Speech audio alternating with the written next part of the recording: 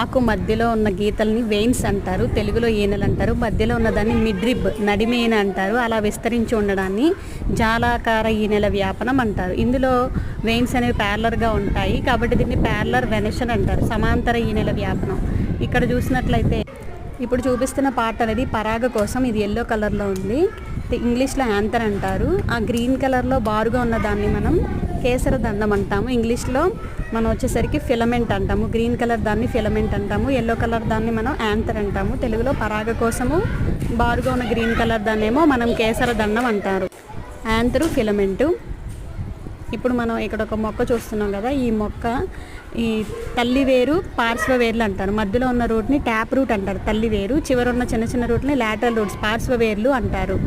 ఇలా గుబురుగా ఉండే రూట్లను ఇంగ్లీష్లో ఫైబ్రస్ రూట్స్ అంటారు. ఇవి ఫైబ్రస్ రూట్స్, గుబురు వేర్లు అంటారు.